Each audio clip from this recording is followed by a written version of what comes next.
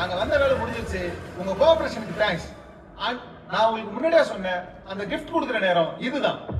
எங்களுக்கு தேவையானதை எடுக்க நீங்க எல்லாரும் எங்களுக்கு எப்படி டைம் கொடுத்தீங்களோ அதே மாதிரி நீங்க வாங்க வந்த பொருள் எல்லாம் நீங்க ஃப்ரீயா எடுத்துட்டு போறதுக்கு நாங்க 5 நிமிஷம் டைம் தரோம். Your countdown starts now. 5 4 3 2 1. புரியுது.